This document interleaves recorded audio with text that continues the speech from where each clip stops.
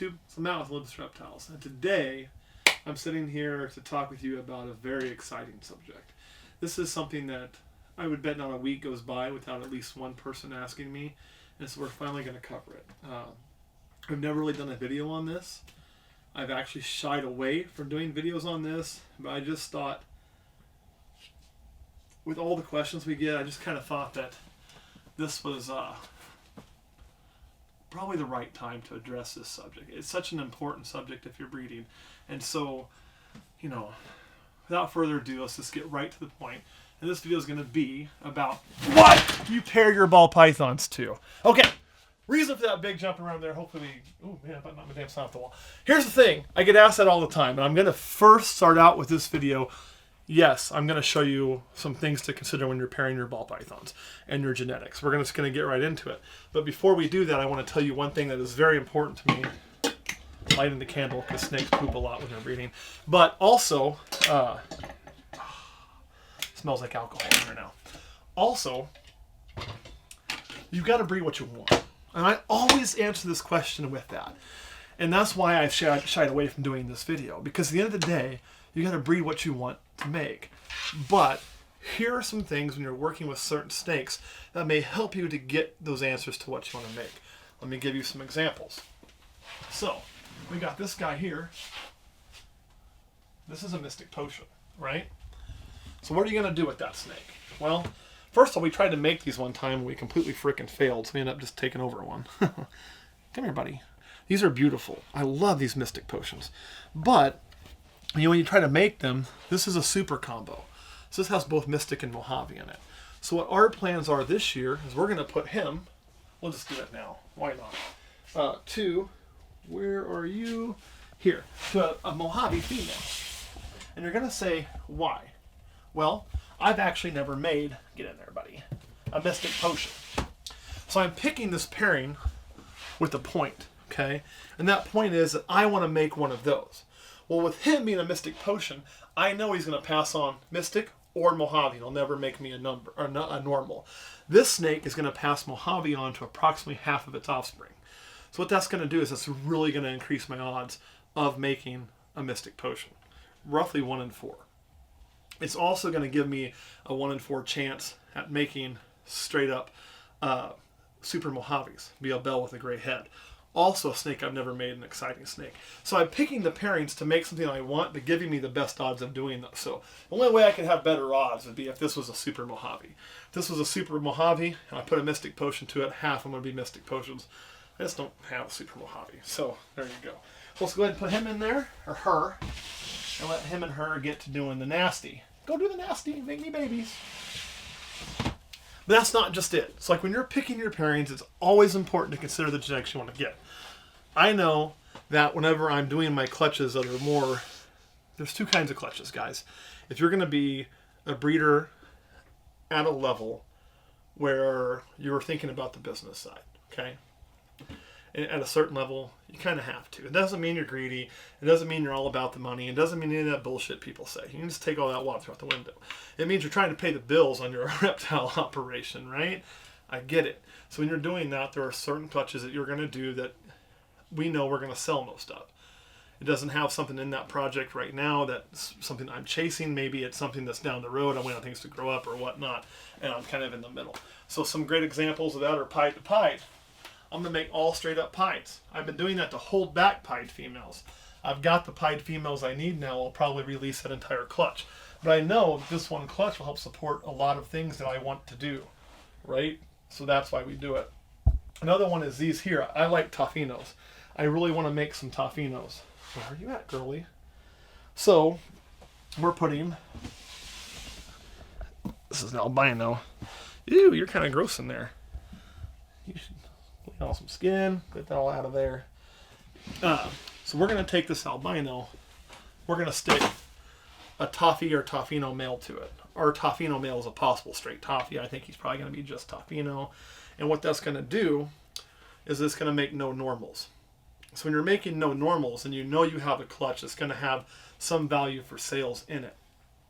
What am I looking for? I'm going to be looking to hold back some females from that too, but I'm actually doing 2 clutches. And that pairing choice I'll show you the other male. I actually thought he was with her, but apparently he's with the other female this week. Get in there, baby girl. No, you can't get out. Come on, there you go. Here it is. Yeah, he's not locked up, so I can show him to you. This would be the Tofino male. Now you can see how just downright gorgeous that is. Get that coconut off him so he looks good. So we're going to make, like I say, he could be straight Toffee. We'll see, but I don't think so. I think he's just Tofino. We'll make half of them like him and half of them albinos. So everything in that clutch that I'm not keeping is going to be also a good selling clutch. They're beautiful snakes. They'll sell easy. They'll sell for a decent price, and they'll help keep our business running. So you're thinking about the breeding projects based on that. Yeah, I could run him to a het or something like that. And I do a lot of het pairings, usually when I'm working with my double recessive projects. But you're not going to have near the return on the investment that you'd had here. So we kind of pick it based on that. I mean, and I think to some extent, you kind of got to have to. There you go, buddy. And that's just one of the things. And I'll give you a prime example of picking your pairings. And sometimes we pick our pairings based on the snake we really want. This is a snake Kurt wanted. And I mean, Kurt wanted this snake bad. Kurt had been wanting this snake for 2 years. And I kept saying, no, no, no, no, no, no, no, no, we don't need that damn snake. And here's the thing, don't mind the coconut all over its head. It's going to try to bite me because it hates my guts. But the problem with this is it's a allelic combo. So it's always going to throw, yellow bellies or asphalt. And some pastels in there. But yellow belly or asphalt will always pass on when the snake breeds. But you can't tell yellow belly and asphalt apart. That's why when you go to shows, you'll find tables, and you'll see a lot of yellow belly or asphalt. They don't always sell very well because somebody's going to have to roll the dice. And either you screwed somebody on a yellow belly or you undersold them on an asphalt. I mean, there's no other way around it. And so it's kind of puts you in a bind, I feel like, when you breed one of these. And so before I decided to get it, I kind of had to think about, well, if I get the snake, 'cause I know this is a dream snake for Kurt, and he really wants it, and, well, it ain't all about me. Should be, but it isn't. How do I work this animal? Like, how do I make this where it works in our projects and we're not doing things I don't like doing, like selling something that's either a yellow belly, which we'd sell a yellow belly female for, say, $100, or an asphalt, which you'd sell an asphalt female for like $600-700. So how do we keep from being somewhere in that boat? You're trying to like line up my face. You can't reach me. I'm not going to let you get that close. So how do we prevent that? And it's simple. Come about a year from now, I'm going to be in the market for an ivory male, possibly an ivory plus a possible genes. Why? By thinking about your pairings and planning in advance, knowing I'm going to add an ivory, when I put the ivory in here, and that ivory is going to breed to this, since an ivory will pass yellow belly on to every single baby, I know they all have yellow belly. So I'm going to get either yellow belly or asphalt from her, which will make it very, very easy to tell when asphalt's there. Because, well, do I have her, or do I have, a super ivory would be a super yellow belly would be an ivory. So I have an ivory, then I know it got 2 copies of yellow belly. If I have one of her, I know it has a yellow belly asphalt. So I found a way to work that project without having to, kind of sell myself short or sell my customers something they may not be happy with down the road. I'm not selling lottery tickets. I'm selling animals I can identify what they are, which is always my goal. Does that mean we always do that? No, I sold an entire clutch of Mystic or Mojaves once because I couldn't tell them apart for sure. But those 2 genes sell for about the same price. You're going to be able to do a lot of the same stuff with them. It's a big difference between an asphalt and a yellow belly when it comes to that. So my point I guess I'm making is when you're picking your breeding pairings, you got to be really careful on what you want to pick. Not so much as careful, but there's a point to breeding things you want. Oh, that's right. He's out fucking. Oh, he's out having relations. That one slipped. That was on me. We'll find him. Where is he? I know where you're at. I just have to find you. If he's not busy, I'll pull him out. That's one bad thing about right now, is a lot of our snakes are busy. Oh, good, you're not. This was a snake I made simply because I wanted to make him. So I bought the parts and I worked to make my boy Zeus. And you're going to have those clutches. I always say, make what you want to make. You'll be happier that way. And that's why you hear me say that. But from a business standpoint, when you're picking your males to go with your females, you need to pick them with the mind of, one, making animals that sell, A, well, that are in demand, and B, that you can, you can move, you get a decent price for. Decent price doesn't mean $1,000, guys. The ball python market is not going to live and survive on $1,000 snakes. It's not. And you hear all these people, oh, the market's dead. It's not dead. But if you're wanting to sell every snake you make for $1,500, yeah, it's dead to that. But making like bells, making those kind of things that people really, really like and really, really want. I always like stuff that's supers or recessive because you guarantee you're going to pass on some genetics. I know everything he breeds will at least get het exanthic. Okay? Aren't you just perfect?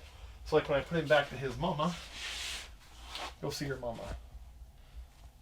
You're not eating, you're breeding. It's not eating time, it's breeding time. You can't eat that. Because I don't want you to eat that.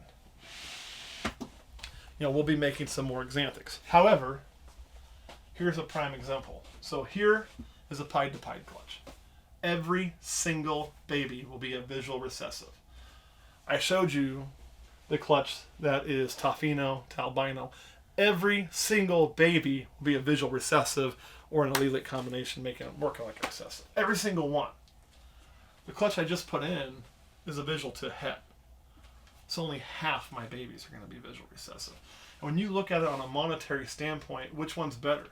It's much better if I'm getting, everything visual. It's much better. That does mean more investment up front, or it means picking your holdbacks after your initial investment.